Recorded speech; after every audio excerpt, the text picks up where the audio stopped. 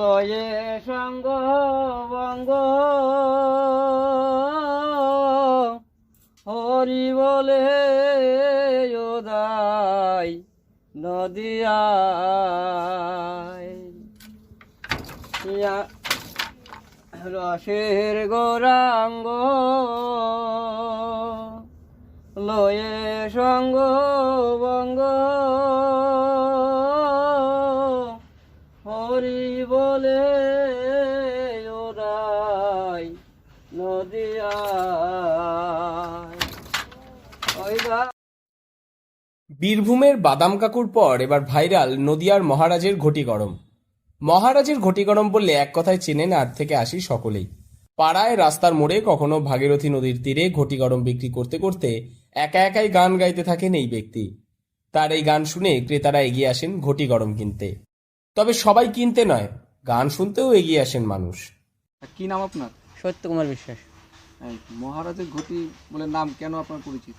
এই মহারাজের ঘটি গরম আমি বলি কেন, আগের রাজা পূজা এনারাই মহারাজের এই ঘটি গরমটা খাইতো, তাই জন্যই তারপরের থেকে ওনাদের মুখরোচক জিনিস এখন সবাই খায়। এটা ভালো জিনিস, মুখরোচক জিনিস সবাই খেতে পারে। যদি মুখের রুচি না থাকে এই জিনিসটা খেলে পরে ভালো লাগে। কত বছর ধরে আপনি এই ব্যবসা করছেন? এটা আমি ৩৫ বছর ব্যবসা করছি। পাশাপাশি আর কি করেন? ওই ওই একবেলা তাঁত বুনি আর একবেলা আমি ঘটি গরম নিয়ে বেড়াই। এই যে শ্লোক বা গান কেন করেন? এটা করি আমার মনের ভিতরে বড় দুঃখ আছে, এবার পেটের জ্বালা, এদিকে ইনকামের অবস্থা ভালো না, তাঁত বুনে সংসার চলে না, তার ভিতরে আমার একটা মেয়ে মারা গেছে, সেই দুঃখ কষ্ট নিয়ে আমি গানগুলো করি। তবে হ্যাঁ, আসুন পরিচয় করি এই ব্যক্তি কে, কি নাম, কোথায় বাড়ি। তার নাম সত্যকুমার বিশ্বাস, বাড়ি নদিয়ার শান্তিপুর ঘোড়ালিয়ায়। জানা যায় পেশায় তিনি একজন তন্তুজীবী।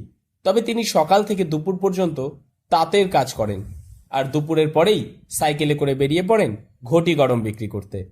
তবে সংসারে আর্থিক অনটনের কারণে সত্যবাবু তাঁত থেকে ওঠার পর সেই তাঁতেই আবার তাঁত বুনতে বসেন স্ত্রী অনিতা বিশ্বাস। দীর্ঘ প্রায় ২৫ বছর ধরে এভাবেই জীবিকা নির্বাহ করছেন তারা। এই যে ঘটি গরম বিক্রি করে গান টান করছে, ভালোই লাগে। ঘটি গরম আমরাও কিনি, গান শুনি, খুব ভালোই লাগে গানটা। ভালোই লাগে। কাকা এই যে ঘটি গরম বিক্রি করতে করতে গান করে, গানটা হচ্ছে সবাই শুনতে আনন্দ পায়, গানটা শুনে আনন্দ পেলে সবার মনেও ভালো লাগে, তাই হচ্ছে আমরা ঘটি গরম কেনার থেকেও বেশি হচ্ছে ওনার গানটাকে পছন্দ করি। আপনার স্বামী কি করে? স্বামী তাঁত বোনে আর একবেলায় ঘটি গরম বিক্রি করে। আর আপনি কি করেন? আমিও ওই কাজ করি, উনি যখন বেরোয় যায় তখন আমি কাজ করি, তাঁত বুনি। আপনার কাজ করতে হয় কেন? কাজ তো করতে হবে, গরিবের সংসার, একলা তো সংসার চালাতে পারে না, দুজনে উভয়পক্ষে কাজ না করলে কী করে সংসারটা চলবে। তবে তিনি বিগত ৭ বছর ধরে এভাবেই ঘটি গরম বিক্রি করতে করতে গান গেয়ে মানুষের মন জয় করে নিচ্ছেন। তবে এই ব্যক্তিকে মহারাজের ঘটি গরম বলে কেন ডাকেন জানেন? এই প্রশ্নের উত্তরে সত্যবাবু বলেন, ঘটি গরম খেতে খুব সুস্বাদু। এই খাবার আগে রাজা মহারাজারা খেতেন, আর তাই সে থেকেই তার নামকরণ হয় মহারাজের ঘটি গরম। নদিয়া থেকে মৈনাক দেবনাথের রিপোর্ট, লোকাল ১৮ বাংলা।